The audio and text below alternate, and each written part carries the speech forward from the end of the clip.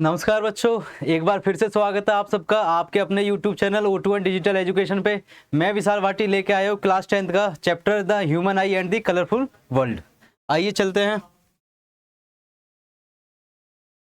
Human I and the colourful world, ठीक है। सबसे पहले हम बात करेंगे ह्यूमन आई की, हमारी आँख की, ठीक है। हमारी आँख जो हम देख पा रहे हैं, कोई भी ऑब्जेक्ट है, कोई भी एनिमल है, प्लांट है, कोई भी ऑर्गेनिज्म है, ठीक है, उसको हम देख पा रहे हैं, कलर्स को हम देख पा रहे हैं, तो ये किसकी बदौलत है? ये हमारे आई की बदौलत है, ठीक है, जो हम नेचर ने, भगवान ने जो हमें दे रखी है, ठीक है। आज हम देखेंगे कि इसमें कौन कौन से कंपोनेंट्स होते हैं, कौन कौन से इसके पार्ट्स होते हैं जो हेल्प करते हैं हमें, ठीक है, देखने में हेल्प करते हैं और दिमाग तक उस इंफॉर्मेशन को ले जाते हैं कि सामने हमारे क्या है, क्या हमारे सराउंडिंग में सारी चीजों को, ठीक है। शुरुआत हम कहां से करेंगे? शुरुआत करेंगे हम लेंस से। ये हो गया लेंस, ठीक है। ये लेंस है कौन सा? इसका नाम होता है क्रिस्टलाइन, क्रिस्टलाइन लेंस, ठीक है जी। क्रिस्टलाइन लेंस की अगर बात करूं तो ये ऐसा तो है नहीं कि आंख के अंदर जो हवा में झूल रहा होगा, ठीक है। ये क्या है, एक स्पेशल टाइप की एक वो होती है टिश्यूज, ठीक है, मसल्स होती हैं जिनको बोलते हैं, वो अटैच करती है इसको। ये हो गई हमारी मसल्स, स्पेशल टाइप की मसल्स होंगी जो दोनों साइड से इसको क्या है, होल्ड करे हुए हैं, ठीक है। अब ये मसल्स जो है ये किस चीज से अटैच है? तो ये अटैच है हमारी जो आई बॉल होती है उससे अटैच है ये, ठीक है। आई बॉल भी देख लेते हैं।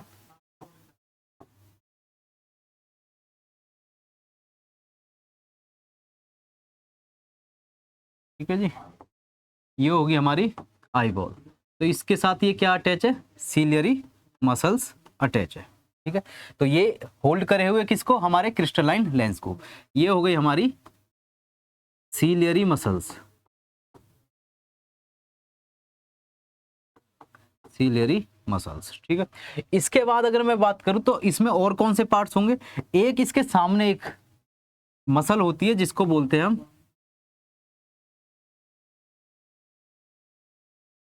Iris muscle. ये बिल्कुल हमारे जो लेंस होता है इसके सामने होती है, इसको क्या बोलते हैं हम? आइरिस मसल, ठीक है। आइरिस मसल जहां पे प्रेजेंट नहीं है वहां पे एक स्पेस होगा, ठीक है। इस स्पेस को हम क्या नाम देंगे? ये वाला जो स्पेस हमें दिख रहा है इसको देंगे हम नाम प्यूपिल का। ये रहा हमारा प्यूपिल, ठीक है जी। अब प्यूपिल की बात होगी, आइरिस की बात होगी, सीलियरी मसल्स की बात होगी, लेंस की बात होगी। तो आगे जो हमें दिख रहा है, सामने हमें जो दिख रहा है वो कौन सा पार्ट होगा? तो वो होगा हमारा कॉर्निया। कौन सा पार्ट होगा? कॉर्निया। तो ये वाला पार्ट है थोड़ा बल्ज आउट, ये रहा, इसको हम क्या बोलेंगे? कॉर्निया, ठीक है जी। अब कॉर्निया की बात होगी। कॉर्निया क्या है? आउटर लेयर है जो प्रोटेक्ट करती है हमारे लेंसेज को, ठीक है। इसको बोल दिया मैंने कॉर्निया, क्लियर, ठीक है। अगर मैं बात करूं लेंस और कॉर्निया के बीच में एक स्पेस दिख रहा है मुझे, ये वाला, तो ये क्या स्पेस है? यहां पे एक लिक्विड फिल है और उस लिक्विड का नाम क्या होता है? एक्वस ह्यूमर,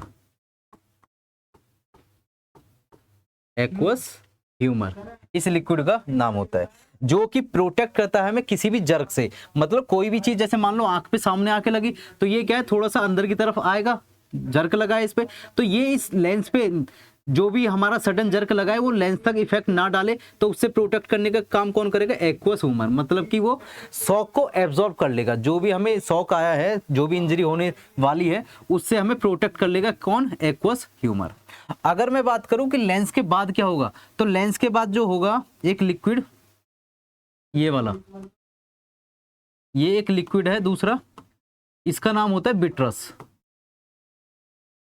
विट्रस ह्यूमर, ठीक है जी।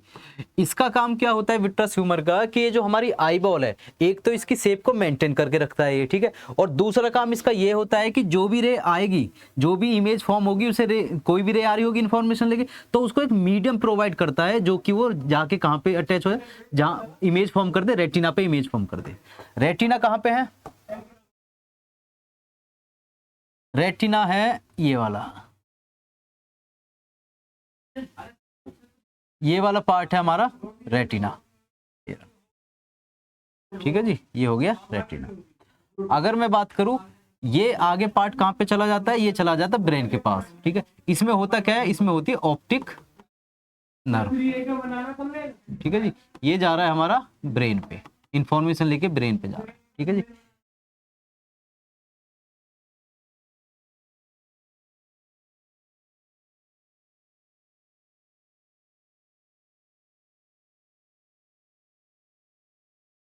ठीक है, अब एक ये पार्ट मैंने क्या बोल दिया, इसको बोल दिया मैंने रेटिना।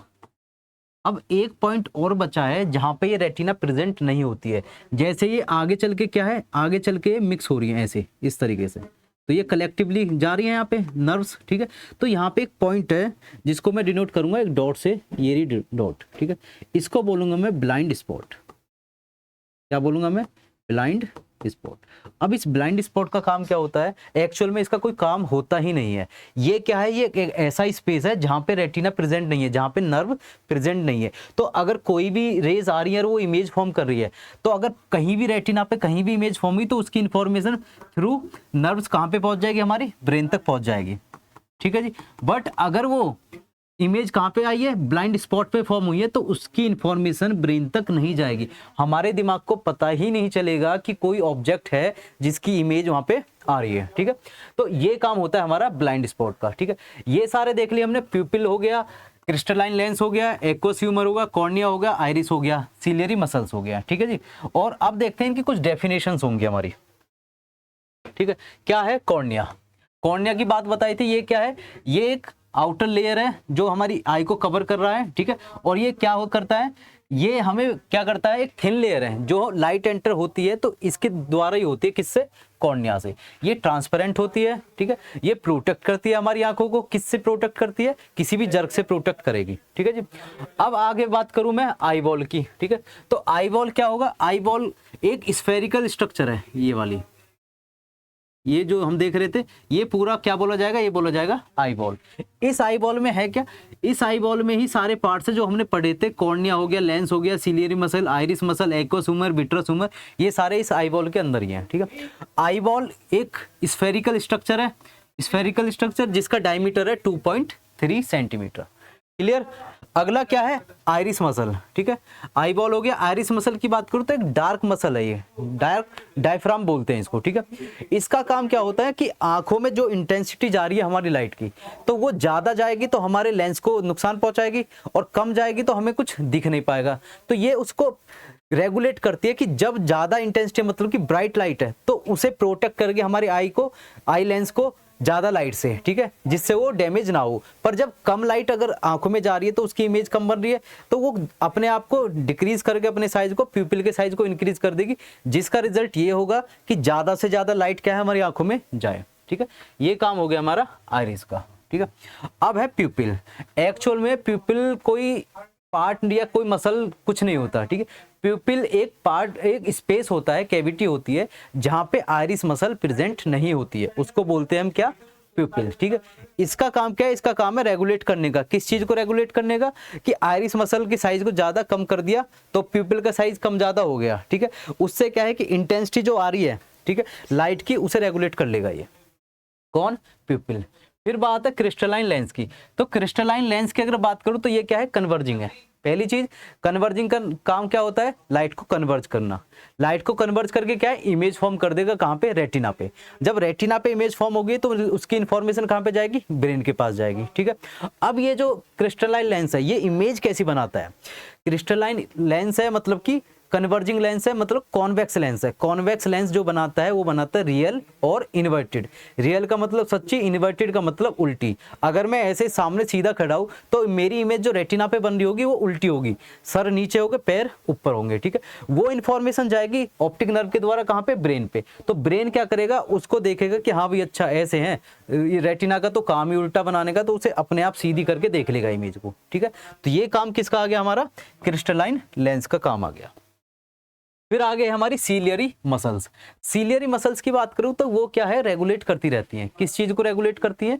वो रेगुलेट करती है हमारे जो फोकल लेंथ है लेंस के, ठीक है। या तो उसे थिन कर देगी या उसे थिक कर देगी, थिन थिक।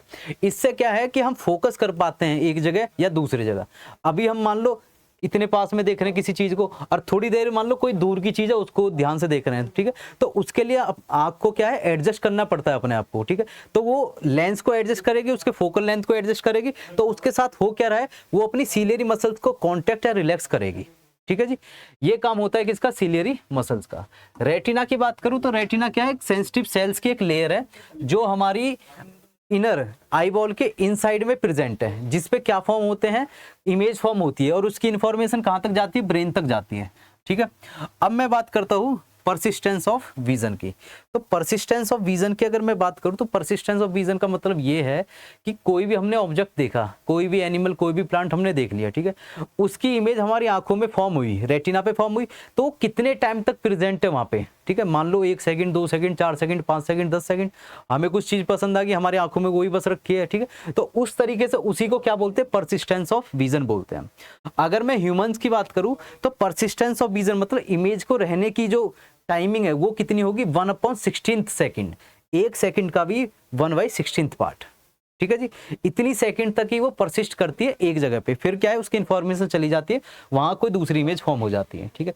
पहले क्या होता था, पहले फिल्मों में भी हमें दिखाया जाता कि कोई नागिन है, कोई नाग मार दिया हमने, तो उसकी आंखों में क्या है, उसकी इमेज छप गई है, मारने वाले की, किलर जो है उसकी इमेज छप गई है। तो उसका होता क्या है, एक्चुअल मीनिंग होता था परसिस्टेंस ऑफ विजन। उस परसिस्टेंस ऑफ विजन से क्या होता है, तो वो इमेज काफी टाइम तक, जो नॉर्मल टाइम था उससे ज्यादा टाइम तक वहां पे रह गई है, तो वो अगर दूसरी नागिन या जो भी आ रहा है वो उसको देखता था, उससे पता लगा लेता है किलर कौन है, ठीक है। तो ये था परसिस्टेंस ऑफ विजन का कॉन्सेप्ट। फिर आते हैं power of accommodation. Power of accommodation की बात करूं तो मैंने बताया सीलियरी मसल्स का काम क्या होता है कि जो फोकल लेंथ है, क्या है, फोकल लेंथ, एक लेंस है, एक दूसरा लेंस है, तो इसकी एक थिकनेस है, इसकी और दूसरी थिकनेस है, इसकी थिकनेस कम है, इसकी थिकनेस ज्यादा है। थिकनेस कम होने का मतलब है कि वो कम कन्वर्ज करेगा, थिकनेस ज्यादा होने का मतलब क्या है कि ज्यादा से ज्यादा लाइट को कन्वर्ज करेगा, तो इसकी जो फोकल लेंथ होगी वो क्या होगी, ज्यादा, इसकी फोकल लेंथ क्या होगी, वो होगी कम, ठीक है। अब ये इसको पास का देखना है, इसको दूर का देखना है, तो वो सीलियरी मसल्स की हेल्प से क्या करेगा, अपनी फोकल लेंथ को एडजस्ट करेगा, और इस एडजस्टमेंट को, जो एबिलिटी है इसकी एडजस्ट करने की, इसी को हम क्या बोलते हैं, पावर ऑफ एकोमोडेशन बोलते हैं, ठीक है। नेक्स्ट चलते हैं कि प्यूपिल किस तरीके से काम करता है, ठीक है। तो प्यूपिल 2 कंडीशंस में काम करता है, या तो लाइट बहुत तेज हो तब काम करेगा, या लाइट बहुत ज्यादा डिम हो तब काम करेगा, ठीक है। तेज है तो मतलब ब्राइट लाइट उसे बोल देंगे, अगर वो लाइट कम है तो उसे बोल देंगे डिम लाइट, ठीक है। तो मैं एक स्ट्रक्चर बना रहा हूँ, ये बना लिया मैंने आई का, जो मुझे काला काला अपनी आंखों के सामने दिखता है, इसकी मैंने स्ट्रक्चर बना लिया, ये बना ली मैंने स्ट्रक्चर, ये ठीक है। अगर मैं बात करूं कि आइरिस मसल्स नॉर्मल कंडीशन में क्या होगी,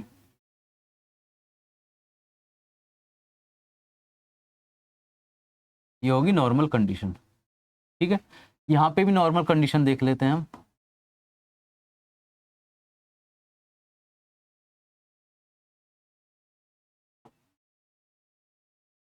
ये होगी हमारी नॉर्मल कंडीशन।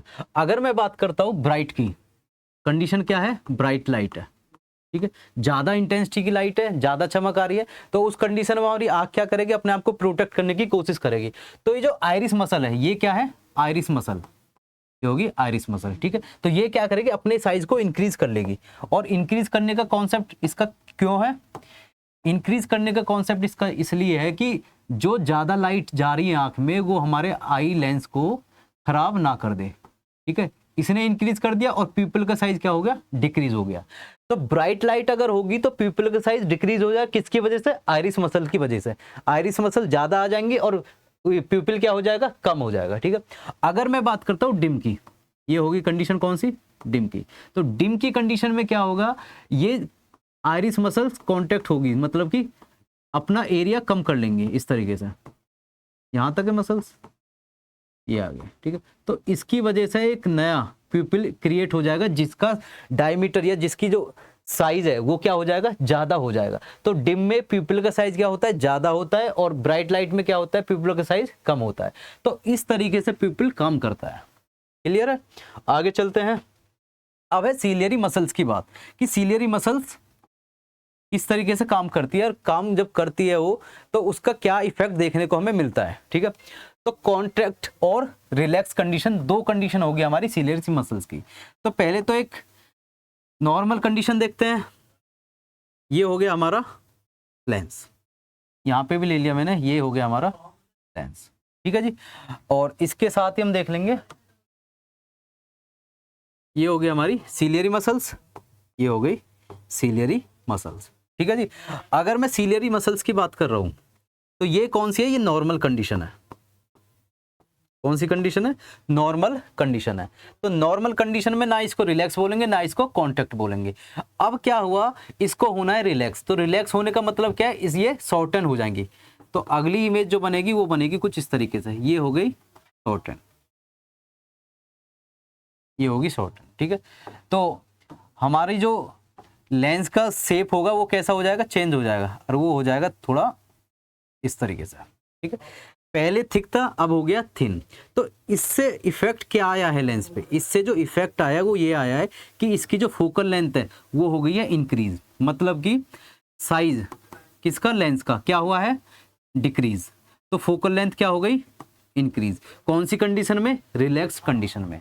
अगर मैं बात करूं कॉन्टैक्ट की, तो कॉन्टैक्ट में क्या होगा, ये होगी कॉन्टैक्ट कंडीशन इस तरीके से, ठीक है जी।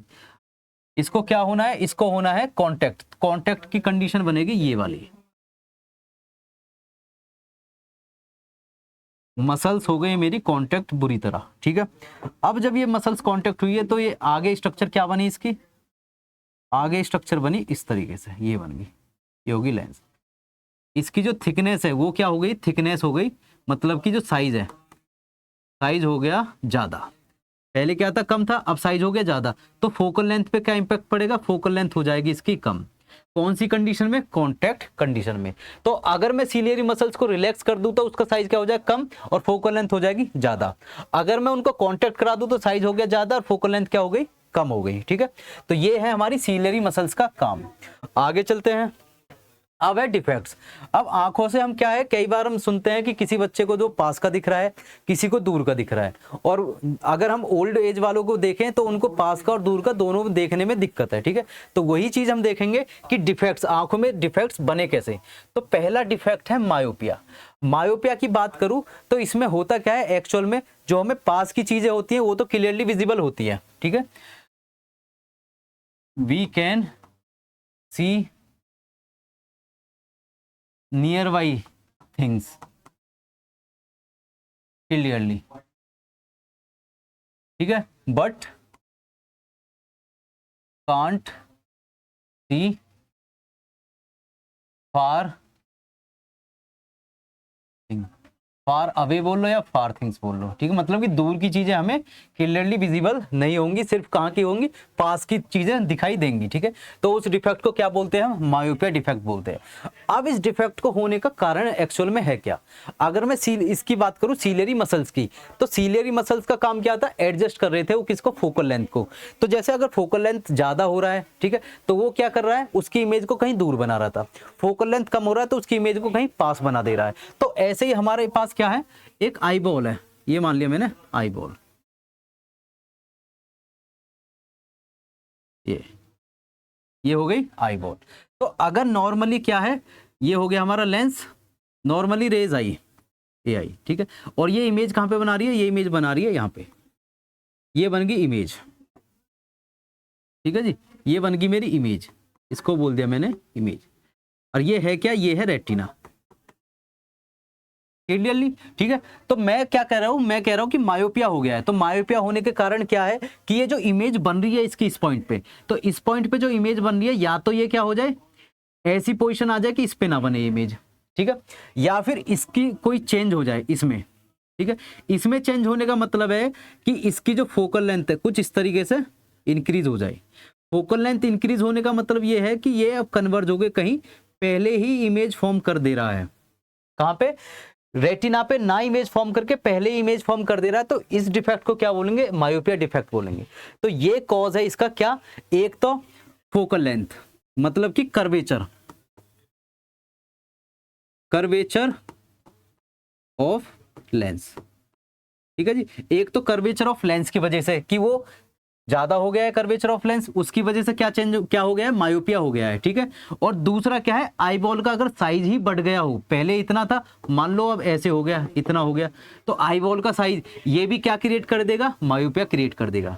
तो increase in eyeball size, ठीक है जी, increase in eyeball size भी क्या है, वो करेगा, मायोपिया क्रिएट कर देगा, ठीक है। तो दो कॉज हमने देखे, या तो उसके कर्वेचर का मतलब फोकल लेंथ कम हो जाए, या फिर उसका आई बॉल का साइज इंक्रीज हो जाए, तो ये कारण क्या हो जाएगा, मायोपिया का कारण हो जाएगा, जिसमें कि हमें पास की चीजें तो क्लियरली दिखेंगी पर दूर की चीजें हमें क्लियरली नहीं दिखेंगी। अगर मैं बात करूं कि ये ठीक कैसे होगा, तो ठीक होने के लिए मुझे क्या है, चश्मे लगाने पड़ेंगे। अब चश्मा कौन सा यूज करूं मैं, कॉन्वेक्स वाला करूं या कॉनकेव वाला यूज करूं, ठीक है। अगर मैं बात करूं करेक्शन की, तो इसमें क्या है कि इसमें जो इमेज पहले बन रही है उसको मुझे कहां पहुंचाना है, पीछे पहुंचाना है। तो मुझे जरूरत किस चीज की, मुझे है थोड़ा इसको डाइवर्ज करने की। तो डाइवर्ज के लिए मैं क्या करूंगा, एक लेंस लगा दूंगा, ठीक है। कौन सा लेंस है ये है कॉनकेव, कॉनकेव लेंस। तो अगर मैं कॉनकेव लेंस के चश्मे यूज करूं, कब, जब मुझे मायोपिया है, तो मेरा जो भी डिफेक्ट है, ठीक है, वो क्या हो जाएगा, ठीक हो जाएगा। क्लियर है ये चीजें। तो मुझे करेक्शन करने के लिए, इस बीमारी को ठीक करने के लिए क्या यूज करना पड़ेगा, कॉनकेव लेंस के स्पेक्स यूज करने पड़ेंगे, ठीक है, जिससे कि वो अपनी ही पोजीशन पे, जहां आई बॉल, जहां रेटिना है, रेटिना पे ही इमेज फॉर्म करे, और इमेज फॉर्म करके क्या है, मुझे सारी चीजें साफ दिखाई दे, पास की हो या दूर की हो। आगे चलते हैं। फिर है दूसरी बीमारी, डिफेक्ट हाइपरमेट्रोपिया। तो हाइपरमेट्रोपिया की अगर मैं बात करूं, तो हाइपरमेट्रोपिया एक ऐसी चीज है जिसमें मुझे दूर की फार थिंग्स, ठीक है जी, clearly visible, but nearby things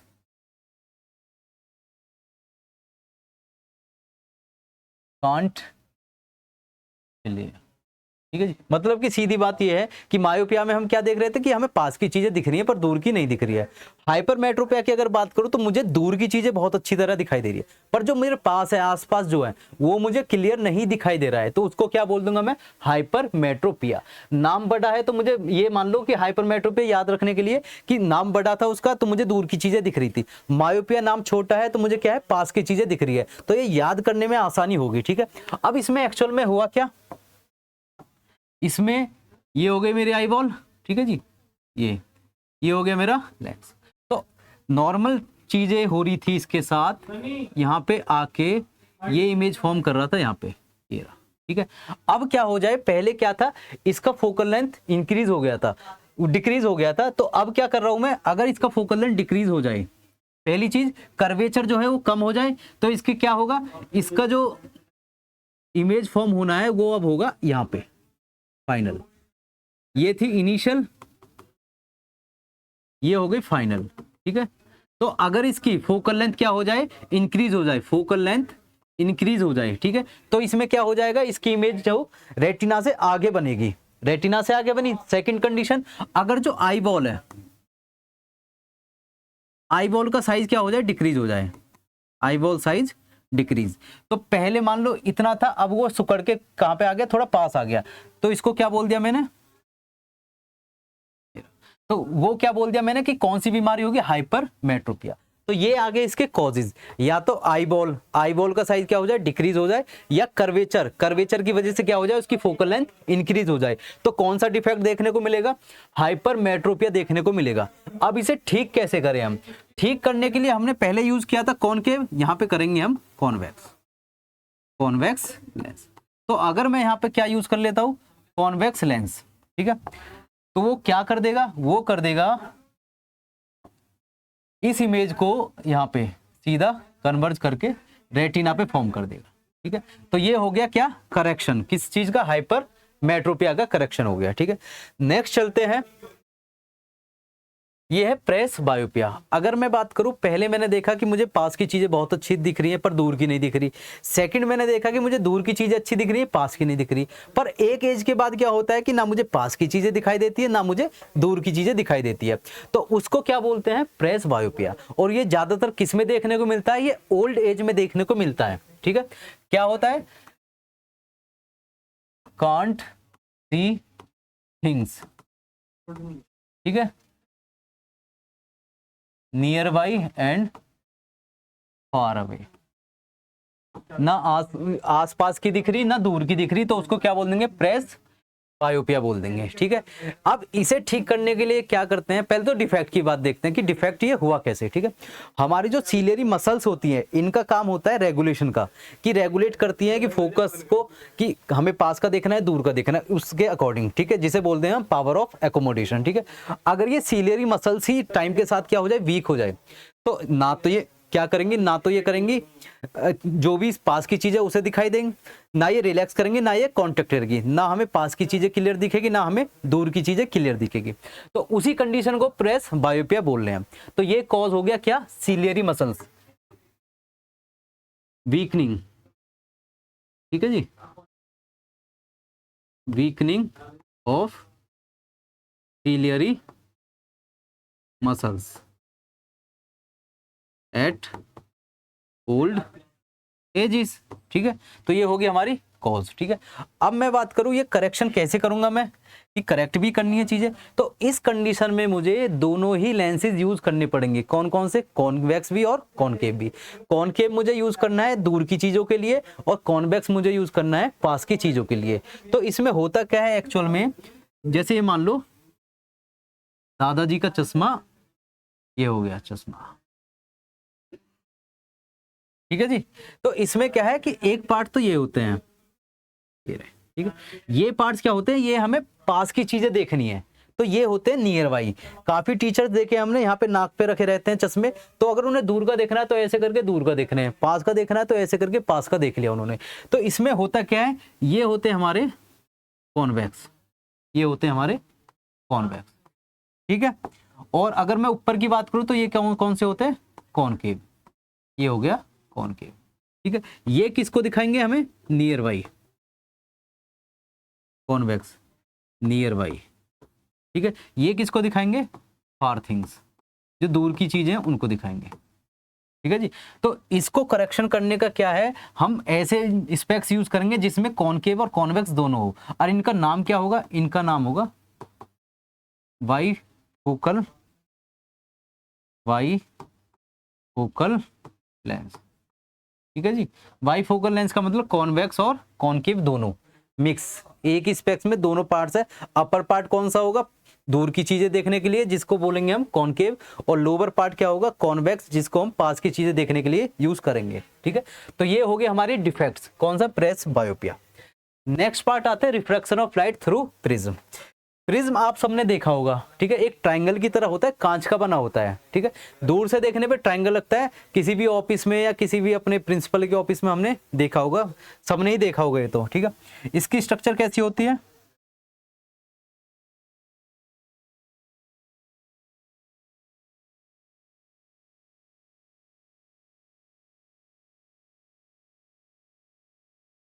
ये हो गई स्ट्रक्चर, ठीक है जी। तो इसको क्या बोल दिया मैंने, इसको बोल दिया मैंने प्रिज्म। ये सिर्फ ट्रायंगल नहीं है, ये अगर मैं बात करूं तो ऐसे पीछे तक,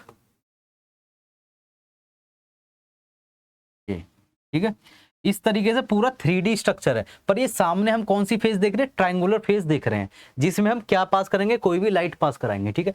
अब लाइट अगर पास करवा रहे हैं तो वो इसमें से एंटर करेगी, ठीक है, एंटर करी और बाहर निकल गई, तो इसको ही बोल रहे हैं हम क्या, रिफ्रैक्शन। लाइट एंटर करके पार हो जा रही है किसी भी ग्लास मीडियम से, तो उसको क्या बोल रहे हैं हम, रिफ्रैक्शन बोल रहे हैं, ठीक है। अब प्रिज्म की बात हो रही है,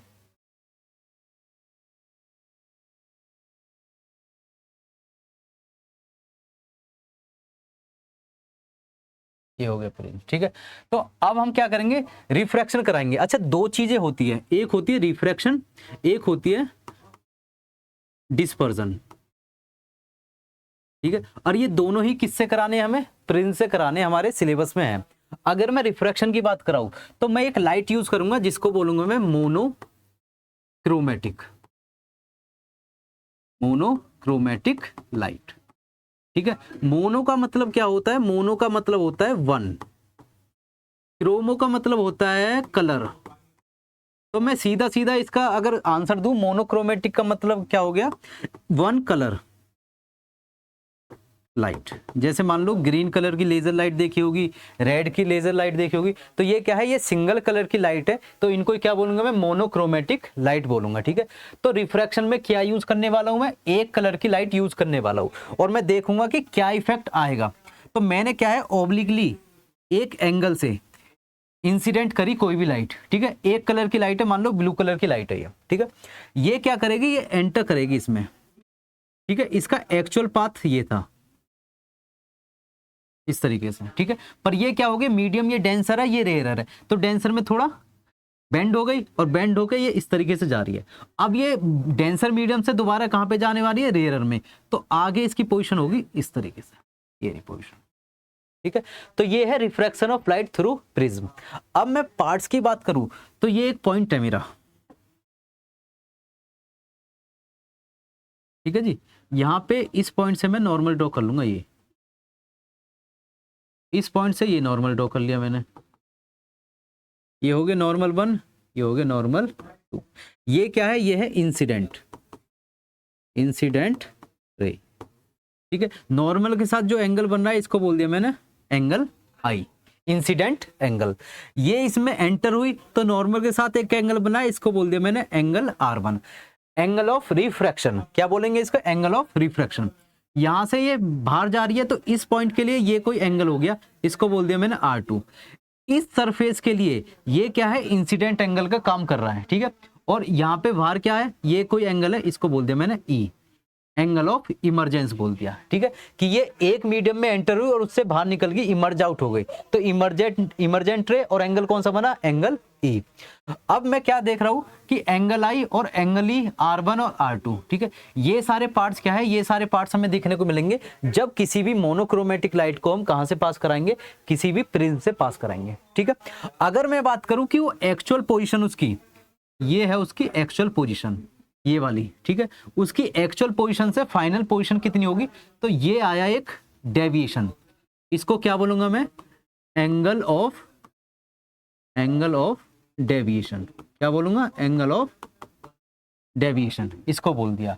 ये जो एक ट्राइंगल है तो इसके अपर पार्ट, ये तो हो गया बेस पार्ट, ये हो गया अपर पार्ट, इसमें एक वैल्यू रख दूंगा मैं E, इसको बोलूंगा angle of prism, angle of prism, ठीक है। तो ये पार्ट्स क्या हो गए, रिफ्रैक्शन थ्रू प्रिज्म हो गए, ठीक है। ये डायग्राम कई बार आ भी जाता है, पूछ लेता है लेवलिंग के लिए, ए क्या है, आई क्या है, ई क्या है, क्लियर है, बट इसके न्यूमेरिकल्स नहीं आते हैं 10th क्लास में, ठीक है। आगे चलते हैं,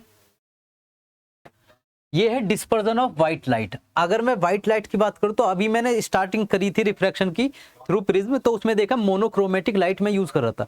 मोनोक्रोमेटिक लाइट का मतलब था कि सिंगल एक कलर की लाइट में यूज कर रहा हूं, या वो ग्रीन हो, या वो ब्लैक हो, ब्लू हो, कोई भी कलर हो, ठीक है, एक कलर मुझे यूज करना था।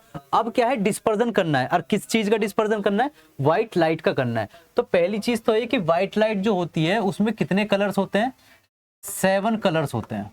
कितने, 7 कलर्स, कौन कौन से, विवग्योर, ठीक है जी, violet, indigo, blue, green, yellow, orange, red, ठीक है, ये आगे हमारे कलर्स।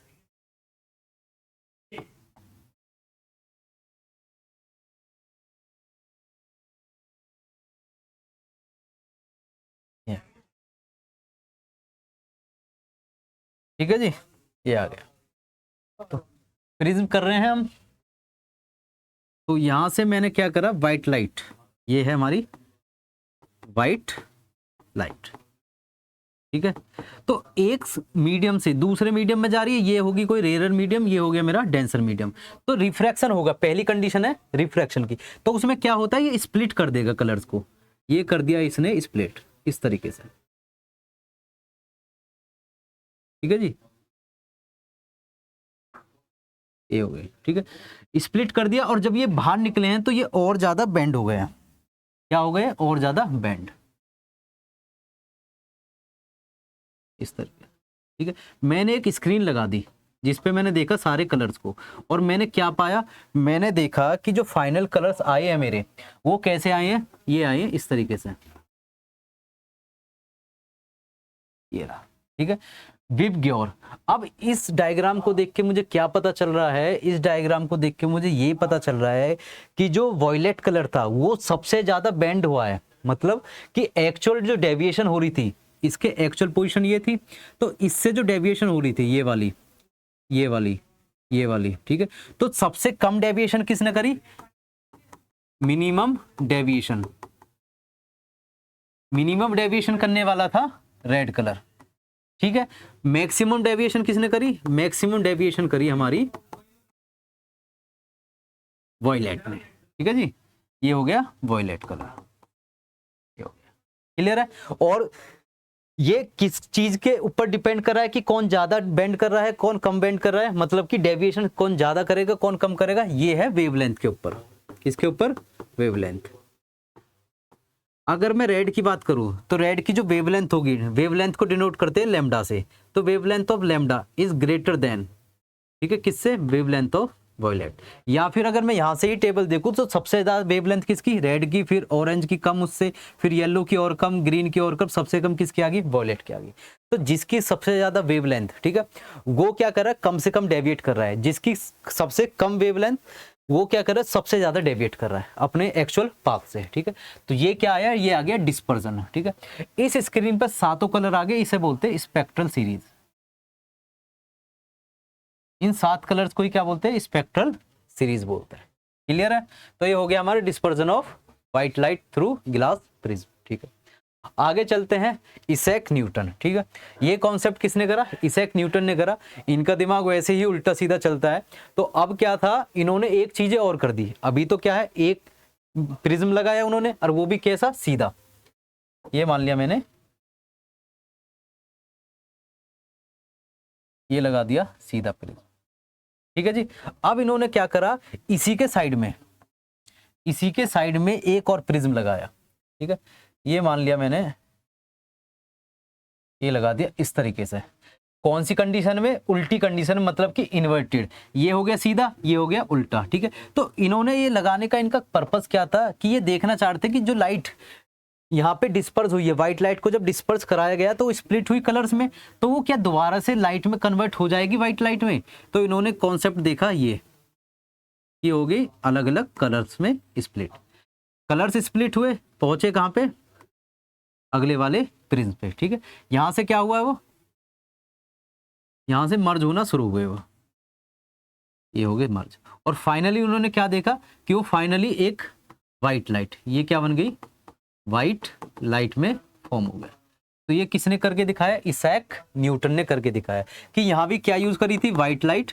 और जब दो लेंसेज, दो प्रिज्म को आपस में एक दूसरे के अपोजिट डायरेक्शन में उन्होंने रखा, तो देखा कि लाइट, व्हाइट लाइट जो है डिस्पर्स होने के बाद फिर दोबारा से कंबाइन होकर दोबारा व्हाइट फॉर्म हो रही है, ठीक है, व्हाइट लाइट में कन्वर्ट हो जा रही है। ये करके दिखाया हमारे इसैक न्यूटन ने, ठीक है। आगे आते हैं कि रेनबो फॉर्मेशन किस तरीके से होती है। तो रेनबो फॉर्मेशन के लिए बेसिक कंडीशन पहले तो ये होना चाहिए कि एक तरफ होना चाहिए सन, ठीक है, जैसे मैं खड़ा हूं, ठीक है, तो मेरे बैकवर्ड साइड क्या होना चाहिए, सन, और रेन ड्रॉप्स जो होनी चाहिए वो होनी चाहिए मेरे सामने, तो उनका जो रिफ्रैक्शन आएगा वो मेरे आंखों तक आए, ठीक है। ऐसा नहीं है कि सन भी इधर हो या रेन ड्रॉप भी इधर हो तो रेनबो फॉर्म हो जाएगा, ऐसा कुछ नहीं है। रेनबो फॉर्म होने के लिए क्या होना चाहिए, ड्रॉप्स, ये मान लिया मैंने हो गई ड्रॉप्स, ठीक है, ये है वाटर ड्रॉप, ठीक है जी। यहां पे मान लिया मैंने, ये हो गया कोई सन, और यहां पे खड़ा हूं मैं तो आगे पीछे कहीं भी जा सकता हूं, पर अभी मान लिया मैं यहां पे खड़ा हूं, ठीक है। सन की क्या है, रेज आ रही हैं, ये आई सन की रेज, ठीक है। इस पॉइंट पे आके सन क्या कर रहा है, रेज को एंटर करा रहा है किसमें, ड्रॉप में, वाटर ड्रॉप में। तो इस पॉइंट को क्या बोलेंगे, इसको बोलेंगे रिफ्रैक्शन, क्या बोलेंगे, रिफ्रैक्शन। रिफ्रैक्शन होने के बाद ये रेयर था, ये डेंसर है, तो ये क्या हो जाएगा, बेंड हो जाएगा। और बेंड होने के साथ इसके साथ एक चीजें और होनी है, कि ये इस कलर को क्या कर देगा, डिस्पर्स कर देगा, क्योंकि ये कौन सी लाइट है, ये है व्हाइट लाइट। सन कौन सी लाइट निकालता है, व्हाइट लाइट, ये है हमारी व्हाइट। तो यहाँ पे कलर्स भी कौन से आ गए, ये मान लिया ये रहे, ठीक है। अब ये यहाँ पे इस पॉइंट पे आके क्या करेंगे, ये करेंगे, यहाँ टकराएंगे और वापिस इधर आएंगे। तो इस पॉइंट पे बोलते हैं, यहाँ पे हो रहा है हमारा टोटल इंटरनल रिफ्लेक्शन, क्या हो रहा है, टोटल इंटरनल रिफ्लेक्शन हो रहा है, ठीक है जी, जिसे बोलते हैं हम TIR। तो पहले क्या हुआ, पहले हुआ रिफ्रैक्शन, फिर हुआ टोटल इंटरनल रिफ्लेक्शन, ठीक है जी। अब आगे ये क्या करेंगे, ये जाएंगे टकराने के बाद ऐसे, ठीक है, सेकंड कहाँ है, ये गई टकराने के बाद इस तरीके से, ठीक है जी। अब इस पॉइंट पे भी क्या हो रहा है, ये रेयरर है, ये डेंसर है, तो ये क्या होंगे, ये होंगे इस तरीके से अवे, ये हो गई अवे। ये हमारी आंखों तक आए तो हमें हमें क्या दिख गया, यहाँ पे रेनबो फॉर्म हुआ दिख गया, ये हो गया रेनबो, ये पॉइंट फर्स्ट, ये सेकंड और ये थर्ड, ठीक है। तो फर्स्ट पॉइंट पे क्या हो रहा था, रिफ्रैक्शन, सेकंड पे TIR और थर्ड पे भी क्या होगा, रिफ्रैक्शन, ठीक है जी। तो मैं क्लियरली देख सकता हूं कि किसी भी रेनबो फॉर्म होने में 2 रिफ्रैक्शन और एक TIR जरूरी है, ठीक है। और कंडीशन दूसरी क्या नीडेड है, जिधर की तरफ सन हो उधर की तरफ मैं हो और उनकी अपोजिट डायरेक्शन में क्या हो, वाटर की ड्रॉप हो, ठीक है। नेक्स्ट चलते हैं एटमॉस्फेरिक रिफ्रैक्शन। तो एटमॉस्फेरिक रिफ्रैक्शन को कुछ इस तरीके से देखेंगे हम,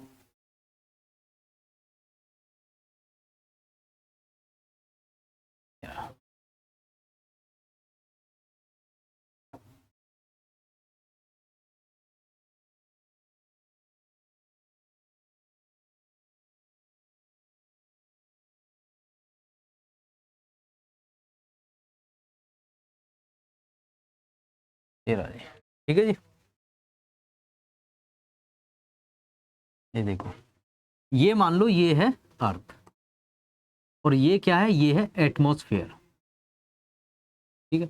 हमें पता है अगर मैं एटमॉस्फेयर की बात करूं तो इसमें क्या होंगे, इसमें होंगे गैस पार्टिकल, डस्ट पार्टिकल, बहुत सारी चीजें होंगी इसमें। तो ये गैस पार्टिकल और डस्ट पार्टिकल क्या कर देंगे, ये एक मीडियम क्रिएट कर देंगे, कैसा मीडियम, ऐसा मीडियम जो डेंसर होगा, किससे, वैक्यूम से, ठीक है। अगर मैं एटमॉस्फेयर की बाहर की बात करूं तो वहां पे कोई भी मीडियम प्रेजेंट नहीं होता है, तो उस कंडीशन को क्या बोलते हैं, ये है वैक्यूम, ठीक है जी। वैक्यूम हो गया। अब वैक्यूम की अगर बात करूं मैं तो वैक्यूम में क्या है, कोई भी गैस पार्टिकल नहीं है, तो ये कौन सा मीडियम होगा, ये हो गया रेयरर मीडियम। ये कैसा हो गया, ये हो गया हमारा डेंसर मीडियम, कैसा, डेंसर मीडियम। अब कोई भी चीज आ रही है यहाँ पे, ठीक है, मान लो ये रे आ रही है, ये आई रे, ठीक है। तो अब ये सीधी तो जा नहीं सकती क्योंकि रेयर से डेंसर में एंटर कर रही है। अब डेंसर में करने के लिए क्या है कि इसकी जो नॉर्मल जो होगी, ये मान ली मैंने नॉर्मल है, तो उसकी तरफ बेंड हो जाएगी, मतलब कि ये एक्चुअल पोजीशन से थोड़ा बेंड हो जाएगी इधर की तरफ, ये हो गई बेंड, ठीक है। तो इसकी एक्चुअल पोजीशन कहाँ जानी थी, ये जानी थी ऐसे, पर ये बेंड होके थोड़ा अपनी एक्चुअल पोजीशन से अलग आ गई, ठीक है। तो ये हुआ किसकी वजह से, ये एटमॉस्फेयर की वजह से हुआ है, और एटमॉस्फेयर में क्या है, गैस पार्टिकल्स हैं, जिसकी वजह से ये थोड़ा डेंसर है एज कंपेयर टू वैक्यूम। तो इसी को बोलते हैं एटमॉस्फेरिक रिफ्रैक्शन। क्या है, एटमॉस्फेरिक रिफ्रैक्शन। इसकी 2-3 एप्लीकेशंस है, जिसकी वजह से क्या है, हमें जो पर्टिकुलर चीजें हो रही हैं या दिख रही हैं वो अपनी एक्चुअल पोजीशन पे नहीं है और एक्चुअल टाइम पे नहीं होती हैं, ठीक है। स्टार्ट करते हैं इसके एप्लीकेशंस। एप्लीकेशन में क्या है, पहला एपरेंट स्टार पोजीशन। तो मैं क्या मान रहा हूं, मैं कोई मान लो ये हो गया मेरा अर्थ, ठीक है, मैं खड़ा हूं यहां पे, ये हूं मैं, ठीक है। मुझे कोई स्टार दिख गया कि ये है एक स्टार, ठीक है। स्टार दिखेगा तो उसकी लाइट भी आएगी, ऐसे लाइट आ रही है, ठीक है जी। अब लाइट मान लो लाइट आ रही है ऐसे, ठीक है। अब यहाँ पे एक चीज और क्रिएट हो जाएगी, वो क्या है, एटमॉस्फेयर। ये मान लिया मैंने, ये क्या हो गया मेरा एटमॉस्फेयर, और एटमॉस्फेयर की वजह से क्या बन रहा है, एटमॉस्फेरिक रिफ्रैक्शन बन रहा है। तो ये जब लाइट आई है, ठीक है जी, ये जो लाइट आई है यहाँ पे टकराई, ये कौन सा मीडियम, डेंसर, ये रेयरर, तो ये क्या होगी, अपनी एक्चुअल पोजीशन से, ये एक्चुअल पोजीशन थी उससे थोड़ा बेंड हो जाएगी, ये होगी बेंड, ठीक है। ये हो गया मेरा नॉर्मल, ठीक है। तो अब मुझे दिखेगा तारा, तारा कहाँ दिखेगा मुझे, मुझे तारा दिखेगा कि वो है यहाँ पे, ठीक है, पर उसकी एक्चुअल पोजीशन क्या है, वो है यहाँ, ठीक है। तो ये होगी उसकी actual position, actual position of star. ये कौन सी हुई, ये हुई एपरेंट, कौन सी, एपरेंट पोजीशन ऑफ स्टार, ठीक है जी। वो हुआ किसकी वजह से, एटमॉस्फेरिक रिफ्रैक्शन की वजह से मुझे जो एक्चुअल पोजीशन थी वो मुझे अलग दिख रही है, एक्चुअल से अलग दिख रही है, और वो जो मुझे दिख रही है उसको क्या बोलूंगा मैं, एपरेंट पोजीशन बोलूंगा। एप्लीकेशन किसका है, एटमॉस्फेरिक रिफ्रैक्शन की। ठीक है। सेकंड कंडीशन है ट्विंकलिंग ऑफ स्टार्स। अब अर्थ को दोबारा से देखते हैं। ये देख लिया जी अर्थ, ठीक है। ये हो गया मेरा कोई भी इंसान या मैं ही हूं, ठीक है। यहाँ पे क्या है, ये एक लेयर फॉर्म कर देता हूं मैं, एटमॉस्फेयर की लेयर है, ठीक है। अब हमें पता है कि जो एटमॉस्फेयर की लेयर है उसमें अलग अलग लेयर्स बनी हुई है with the respect to temperature. अगर मैं बात करूं अर्थ के पास एक लेयर है, ठीक है, दूसरी लेयर हो गई, तीसरी लेयर होगी, चौथी लेयर होगी, पांचवी लेयर होगी, इस तरीके से बहुत सारी लेयर्स बनी हुई है एटमॉस्फेयर में, ठीक है जी। ये रहा, ठीक है। अब इन लेयर्स का डिफरेंस क्या होता है कि अगर मैं एक की बात करूं, जैसे मान लो ये एक लेयर है यहाँ पे, तो ये एक हॉट होगी, हॉट एयर, यहाँ मान लो कोल्ड एयर। तो हॉट एयर का मतलब क्या है कि यहाँ का टेम्परेचर ज्यादा है, यहाँ का टेम्परेचर कम है। जब गैसेस का टेम्परेचर ज्यादा होता है तो उनके मॉलिक्यूल्स या पार्टिकल्स के बीच में गैप ज्यादा हो गया, गैप ज्यादा हो गया तो वो कैसा मीडियम बन गया, वो बन गया रेयरर। और कोल्ड है तो गैप कम है तो मतलब कि वो कैसा बन गया, डेंसर। तो आपस में जो लेयर्स हैं वो डेंसर रेयरर चल रही हैं, ठीक है। अब कोई भी लाइट आई, मान लिया मैंने कोई भी एक स्टार है, ये रहा स्टार, ठीक है, इसकी लाइट आई यहाँ पे, ठीक है। अब मुझे पता है यहाँ पे हो क्या रहा है, यहाँ पे हो रहा है अलग अलग लेयर्स यहाँ फ्लो कर रही है, ठीक है। अब मान लो ये एंटर करा इस तरीके से, ठीक है जी, ये करा एंटर इस तरीके से, यहाँ पे कोई टेम्परेचर था, इसके रेस्पेक्ट में ये दूसरा है तो ये इस तरीके से गई, फिर ऐसे गई, फिर ऐसे गई, ठीक है। तो मुझे एक बार को क्या दिखेगा, तारा, एक बार तो दिखेगा मुझे बड़ा, ठीक है, और एक बार दिखेगा छोटा। तो ये हो किसकी वजह से रहा है, ये जो डिफर कर रही है लेयर्स, किसकी, एयर की layers with respect to temperature, तो उसकी वजह से मुझे तारा एक बार तो बड़ा दिखेगा, एक बार छोटा दिखेगा। तो उसी को हम क्या बोलते हैं, ट्विंकलिंग ऑफ स्टार बोलते हैं, मतलब कि जगमगाता हुआ तारा, ठीक है। ये किसकी एप्लीकेशन है, ये भी किसकी है, एटमॉस्फेरिक रिफ्रैक्शन। क्लियर है जी। तो ये भी किसकी एप्लीकेशन हुई, twinkling of star, atmospheric refraction की एप्लीकेशन हुई, ठीक है। नेक्स्ट चलते हैं हम advance sunrise on delayed sunset, कि हमें जो सूरज दिख रहा है वो अपने एक्चुअल टाइम से तो पहले आ जा रहा है, और जो उसका छिपने का टाइम मतलब सनसेट का जो टाइम है उसके थोड़ी देर बाद जा पा रहा है, ठीक है। ये हो किसकी वजह से रहा है, ये देख लो, ये हो गई अर्थ, ठीक है। यहां से मान लिया मैंने ये एक पॉइंट है, ठीक है, इसको बोलते हैं हम हॉरिजन। हॉरिजन क्या पॉइंट है, हॉरिजन एक ऐसा पॉइंट है जब हम कभी भी दूर देखते हैं तो जहां पे जमीन खत्म हो रही है और आसमान जुड़ रहा है, तो ऐसे पॉइंट को, जिस पॉइंट पे ये दोनों आपस में मीट कर रहे हैं जमीन और आसमान, तो उसी को क्या बोलते हैं हम, हॉरिजन, ठीक है। ये हॉरिजन हुआ। अब कोई सन है, ठीक है जी, मैंने बोल दिया सन है यहाँ पे, ये रहा सन, ठीक है। सन की रेज जाएंगी, सन की रेज जा रही है ऐसे, क्लियरली, ठीक है। अब मुझे एक चीज और पता है कि यहाँ पे क्या है, यहाँ पे हमारा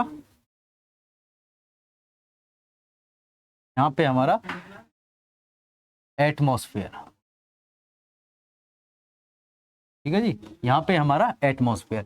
तो ये क्या है, रेज कैसी जानी थी, ये जानी थी सीधी ऐसे, पर ये क्योंकि ये डेंसर मीडियम है, ये रेयर मीडियम है, तो ये क्या हो जाएगी, बेंड हो जाएगी, क्या हो जाएगी, बेंड हो जाएगी। और मैं मान लो यहाँ पे खड़ा हूं तो मुझे ये रे इस सूरज को निकलने से पहले ही दिख जाएगी। तो ये मुझे एक्चुअल पोजीशन इसकी कहाँ दिखी कि सन यहाँ पे है, दिख गया मुझे सन। और ये कितनी देर पहले हो रहा है, ये हो रहा है 2 मिनट पहले, ठीक है जी, 2 मिनट पहले, मतलब कि सूरज उगता है जब, तो उसके 2 मिनट पहले ही मुझे क्या दिख जाता है कि सन क्या है, उग चुका है, पर वो एक्चुअल में क्या है, हॉरिजन से भी नीचे है। तो इसकी वजह से पूरे दिन का जो टाइम होता है उसमें 2 मिनट पहले का टाइम हो गया। और यही कंडीशन होती है शाम के टाइम कि सूरज यहाँ पे है, यहाँ पे पहुंच गया, ठीक है, तो उसकी रेज ऐसे जा रही है और वो बेंड होके ये आ गई मेरे पास, तो वो 2 मिनट बाद तक यही काम करता है। और ये किसकी वजह से हो रहा है, एटमॉस्फेरिक रिफ्रैक्शन की वजह से हो रहा है। तो ये जो 2 मिनट पहले और 2 मिनट बाद में जो मिले हमें, तो इसकी वजह से टोटल सनलाइट जो आती है वो 4 मिनट एक्स्ट्रा आती है। मतलब कि अगर मैं बात करूं कि मेरा जो सन पूरा टाइम देख रहा हूं कि 14 घंटे, 14 आवर्स, ठीक है, 14 आवर्स पूरा सन निकलने से और छिपने तक का 14 आवर का टाइम है, गर्मियों में यही टाइम चल रहा है, ठीक है। और उसमें अगर बात करूं तो 4 मिनट जो है ना मेरी, 4 मिनट इस एटमॉस्फेरिक रिफ्रैक्शन की वजह से ही बनी है, और कोई रीजन नहीं है। एक्चुअल में 13 घंटे और 56 मिनट ही सन प्रेजेंट था। बाकी के जो 4 मिनट थे वो तो हमें एपरेंट पोजीशन उसकी दिखाई दी, जिसकी वजह से एटमॉस्फेरिक रिफ्रैक्शन की वजह से, जिससे हमने कंक्लूड कर लिया इस 14 घंटों में, ठीक है। तो ये था हमारा एडवांस सनराइज और डिलेड सनसेट, ठीक है। अगला चलते हैं scattering of light. Scattering of light होता है कि एटमॉस्फेयर में जो लाइट है, लाइट कौन सी, व्हाइट लाइट की अगर बात करूं, वो किस तरीके से स्कैटर्ड होकर फैलती हैं, ठीक है। तो एक साइंटिस्ट थे रेले, उन्होंने स्कैटरिंग ऑफ लाइट के ऊपर एक फॉर्मूला दिया कि जो स्कैटरिंग होती है, क्या होती है, स्कैटरिंग, तो वो डायरेक्टली प्रोपोर्शनल होती है किसके, 1/λ की पावर 4। लैम्डा क्या है, लैम्डा है वेवलेंथ, लैम्डा है wavelength of colour, red yellow orange कोई भी, ठीक है। अगर मैं बात करूं जैसे मान लो रेड, रेड की वेवलेंथ क्या है, सबसे ज्यादा थी, ठीक है, वॉयलेट की सबसे कम थी। तो स्कैटर्ड सबसे ज्यादा कौन होगा, वॉयलेट होगा। क्यों, क्योंकि यहाँ पे जब वैल्यू रखेंगे तो वो वैल्यू क्या हो जाएगी, पूरी छोटी हो जाएगी, जितनी ज्यादा बड़ी वैल्यू, ठीक है, उतनी वैल्यू छोटी हो जाएगी। और जब ये छोटी हो जाएगी तो स्कैटरिंग कम होगी, तो रेड क्या करेगा, सबसे कम स्कैटर्ड करेगा। अगर मैं ब्लू की बात करूं तो उसकी वेवलेंथ क्या है, सबसे कम है, वॉयलेट ब्लू, तो उनकी वेवलेंथ कम है। तो उस कंडीशन में जब ये वैल्यू रखी तो नॉर्मल कंडीशन से ज्यादा वैल्यू बनी और स्कैटरिंग क्या हुई, सबसे ज्यादा हुई।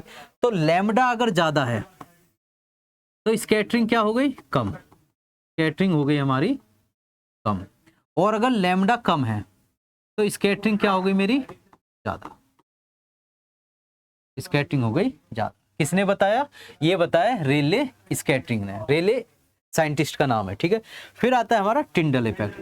टिंडल इफेक्ट क्या होता है, नॉर्मली कोई भी हमें लाइट जा रही है, ठीक है, या हम कई बार देखते हैं कि पेड़ों के बीच से लाइट आ रही है या फिर किसी भी विंडो से लाइट आ रही है, तो उस कंडीशन में होता क्या है कि उसमें पार्टिकल्स होते हैं, एक एप्रोप्रिएट साइज के पार्टिकल्स होते हैं जिसमें टकरा के रेज क्या है, स्कैटर्ड हो जाती है। जब वो स्कैटर्ड हो जाती है तो ही हमें पॉसिबल होती है वो दिखनी, नहीं नॉर्मल कंडीशन में हमें कोई भी लाइट नहीं दिखती। तो वो उस इफेक्ट को ही हम, उस फेनोमेना को ही हम क्या बोलते हैं, टिंडल इफेक्ट बोलते हैं। और जो पार्टिकल्स होते हैं उसे बोलते हैं कोलोइडल,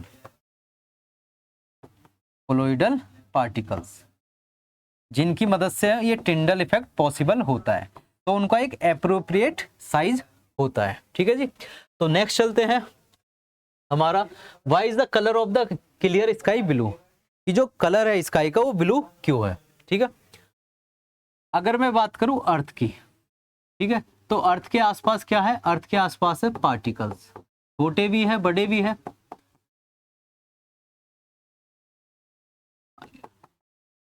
ठीक है जी। अब सनलाइट, ये सन है, सन से क्या आ रही है, लाइट आ रही है, रेज आ रही है, और कौन सी रेज आ रही है, व्हाइट लाइट, ठीक है। व्हाइट लाइट में हमें पता था क्या था, विवग्योर था, विवग्योर, ठीक है। अभी हमने रेले एक्सपेरिमेंट जो देखा था, रेले की जो स्कैटरिंग वाला फॉर्मूला देखा था, उसमें क्या था, जिसकी वेवलेंथ ज्यादा, वेवलेंथ किसकी ज्यादा, सबसे ज्यादा वेवलेंथ इसकी, सबसे कम किसकी, वॉयलेट इंडिगो ब्लू की, ठीक है। तो जब ये पार्टिकल, ये रेज आती है तो इन पार्टिकल से टकराती है। अब क्या है, क्योंकि रेड ऑरेंज येलो इनके जो वेवलेंथ है वो बहुत ज्यादा है, और इन पार्टिकल्स का साइज क्या है, गैस मॉलिक्यूल्स का साइज क्या है, बहुत कम है। तो ये क्या करते हैं, ये तो स्कैटर्ड होने से रहे, स्कैटर्ड कौन से होंगे, जो कम वेवलेंथ वाले हैं, ठीक है। कम वेवलेंथ वाले क्या, वॉयलेट इंडिगो ब्लू। तो वॉयलेट इंडिगो तो पहले ही हल्का फुल्का टकरा है, वो तो वहीं स्कैटर्ड होगी। फिर बचता है थोड़ा ब्लू, उस ब्लू के रेस्पेक्ट में जो पार्टिकल्स है ये एप्रोप्रिएट है, ठीक है। तो ये क्या करेंगे, ये पार्टिकल्स इसको स्कैटर्ड करा देंगे ऐसे ब्लू को चारों तरफ, ठीक है, इस तरीके से स्कैटर्ड करा दिए। अब ब्लू ने जब ये स्कैटर्ड करा दिए तो हमें इसी की वजह से जो स्कैटर्ड ब्लू कलर है, तो पूरा स्काई कैसा दिखता है, हमें ब्लू कलर का दिखता है, ठीक है। यही रीजन है कि हमारा आसमान जो है सारे दिन हमें ब्लू दिखता है, ठीक है। नेक्स्ट चलते हैं हम कि danger signals are of red colour. अच्छा, अगर डेंजर सिग्नल की बात करो, कोई भी खतरा है, कहीं भी कोई चीज़ हो रही है, तो हम देखते हैं कि हमें दूर से ही दिख गया कि हाँ भाई वहाँ रेड लाइट है, ठीक है, वो किसका साइन है, वो डेंजर साइन है, ठीक है। वो किस लिए लगाया जाता है कि रेड कलर की जो वेवलेंथ होती है वो होती है सबसे ज़्यादा, और जब किसी भी कलर की वेवलेंथ सबसे ज़्यादा होती है तो उस कंडीशन में अगर मैं बात करूँ डेंजर साइन की, ठीक है, तो वो किसी भी पार्टिकल से, डस्ट पार्टिकल हो, गैस पार्टिकल हो, उससे टकराएगी और उस पर कोई इम्पैक्ट नहीं आएगा, तो वो ज़्यादा डिस्टेंस ट्रेवल करेगी। मान लो किसी एक पोजीशन से दूसरे पोजीशन तक मैंने क्या करा, ये बी है, ये ए है, किसी वाइट लाइट को ट्रेवल कराया, ये क्या हो गई, वाइट लाइट। जब मैं इस वाइट लाइट को ट्रेवल करा रहा हूँ ए से बी तक, तो उस कंडीशन में जो भी हमारे विवग्योर थे, विवग्योर, ठीक है, इसमें क्या है, पार्टिकल्स मिलेंगे रास्ते में, तो छोटे छोटे पार्टिकल्स मिल रहे थे, ये रहे, ठीक है जी। तो ये लाइट, ये जो भी कलर्स हैं, ये सारे क्या हो गए, रास्ते में ही स्कैटर्ड हो गए। सबसे ज्यादा डिस्टेंस कवर करने वाला कौन निकला, रेड निकला, ठीक है। तो रेड सबसे ज्यादा दूरी से दिख जाता है क्योंकि वो स्कैटर्ड सबसे कम होता है, इसलिए जो सिग्नल्स होते हैं डेंजर वाले, उनको हम किससे लिखते हैं, रेड कलर से लिखते हैं, ये रीजन है उसका, ठीक है। फिर है colour of sun at sunrise and sunset, हाँ ये भी पॉइंट है, ये है अर्थ, ठीक है। अगर मैं बात करूं दोपहर की, ये हो गया सन यहाँ पे, अगर मैं बात करूं शाम की, सन यहाँ पे है और सन यहाँ पे, तो यहाँ से और यहाँ तक की डिस्टेंस, यहाँ से और यहाँ तक की डिस्टेंस, ठीक है, और यहाँ से और यहाँ तक की डिस्टेंस। अब अगर मैं बात करूं मिड में, ये हो गया सनराइज, इसको बोल दिया सनराइज, इसको बोल दिया मिड, दोपहर में, ठीक है, इसको बोल दिया सनसेट। तो मिड के टाइम पे क्या हो रहा है कि जो डिस्टेंस है अर्थ की और सन की, वो क्या है, मिनिमम है। मिनिमम डिस्टेंस होने का कारण क्या है कि वो जो स्कैटरिंग होगी वो सबसे कम होगी, और जब सबसे कम स्कैटरिंग होगी तो ज्यादा से ज्यादा कलर्स प्रेजेंट होंगे उसमें लाइट में, तो हमें ये लाइट कैसी दिखेगी, ये सन कैसा दिखेगा, ये दिखेगा व्हाइट कलर का, व्हाइट कलर का। बट अगर मैं सुबह और शाम की बात करूं, तो सुबह जब बिल्कुल सूरज आ रहा है और शाम को जब बिल्कुल सूरज छिपने वाला है, ठीक है, उस कंडीशन में इसका कलर जो होगा वो होगा बिल्कुल रेड, ठीक है। वो इसी वजह से कि शाम को और सुबह को उसे क्या है, डिस्टेंस जो ट्रेवल करनी पड़ रही है लाइट को, वो क्या है, वो है मैक्सिमम, यहाँ भी मैक्सिमम, यहाँ भी मैक्सिमम, तो उसका कलर क्या होगा, यहाँ पे भी रेड होगा और यहाँ पे भी रेड होगा। जैसे जैसे ये ऊपर जाएगा, ठीक है, और या ये छिपने से पहले की बात, इसका कलर थोड़ा सा ऑरेंज होगा, फिर येलो सा होगा, और जितना कम डिस्टेंस होगी वही आगे हमारा व्हाइट कलर। तो यहाँ से कलर्स चेंज होते जाते हैं। यहाँ मैक्सिमम डिस्टेंस कवर करनी है, तो इसके मतलब ज़्यादा से ज़्यादा लाइट जो है, कलर्स जो है स्कैटर्ड हो चुके हैं, सिर्फ रेड बचा है।